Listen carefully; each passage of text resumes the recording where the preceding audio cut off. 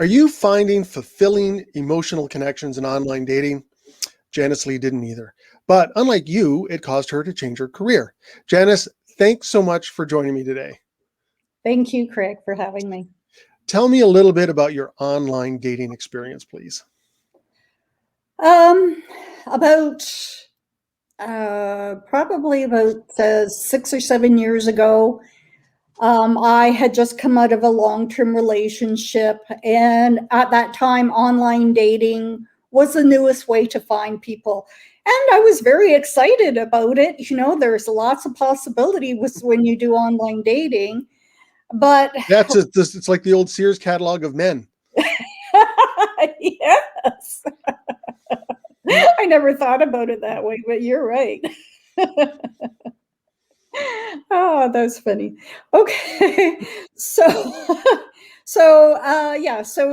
it's kind of like that, but it was also like that for the men.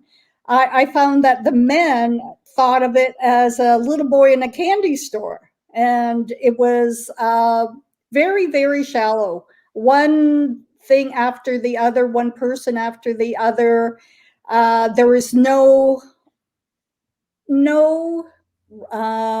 commitment that anybody wanted to make, even to even meet. Like, I found that sometimes they didn't even want to meet. All they wanted to do was have their fun on the internet using you as, their little toy. So yeah, it was not a fun experience. There was a lot of hookups, a lot of talk right away that, they don't even want to find out about who you are or what you are about. All they want to do is find out how quickly they can get you into the bedroom. So it was quite the experience. I was very devastated by it. And I actually, at the time, wrote a blog. And everybody loves the title of my blog. It's called I Should Have Been Born a Blow Up Doll. because that's how I felt. I felt like I was nothing but a blow up doll. And it was very, very disheartening. Especially when you're coming out of a long-term committed relationship and you're looking for connection. Yes. And what you're finding is an absence of connection. Definitely absence of connection. So what did you do?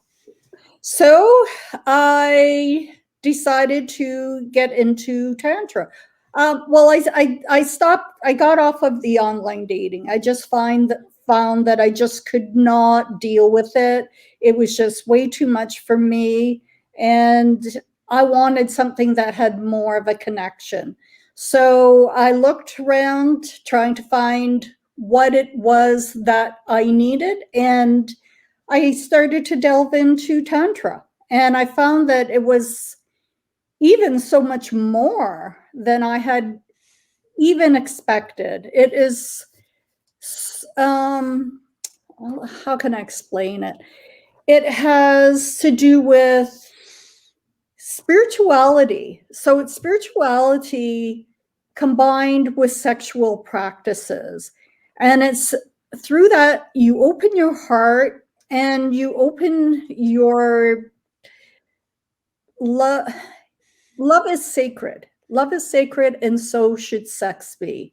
So when you combine Tantra and you combine spirituality, it's a totally different experience on such a deep level that people that have not tried it have absolutely no awareness of how deep it can go.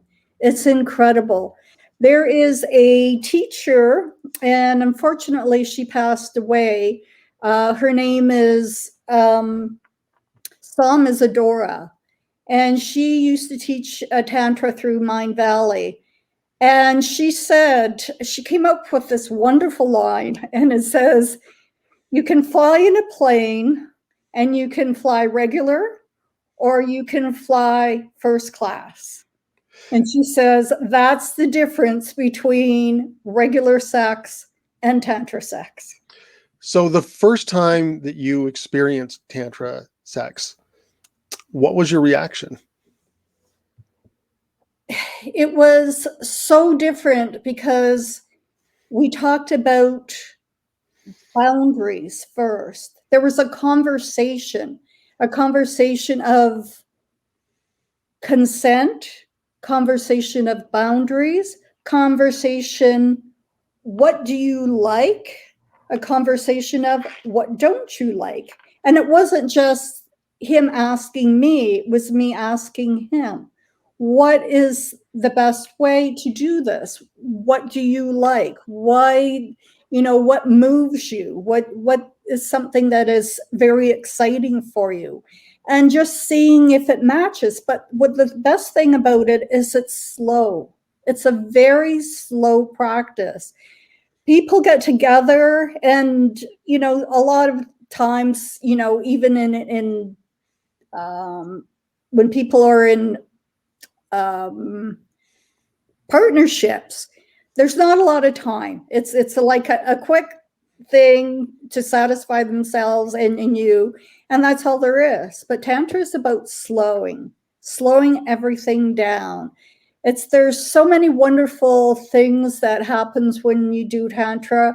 There's meditation, there's eye gazing, there's looking at each other and telling each other what it is about them that you love. Like, these things are things that we don't do. Leaving them love notes. Like, these are things that we just don't do anymore. And they are so important. Wouldn't it be wonderful if, you're getting ready for work and you go into the bathroom and on the mirror is a note from your wife and she's saying, you mean the world to me, like something like that. And it's just getting to those feelings, that intense emotion. And,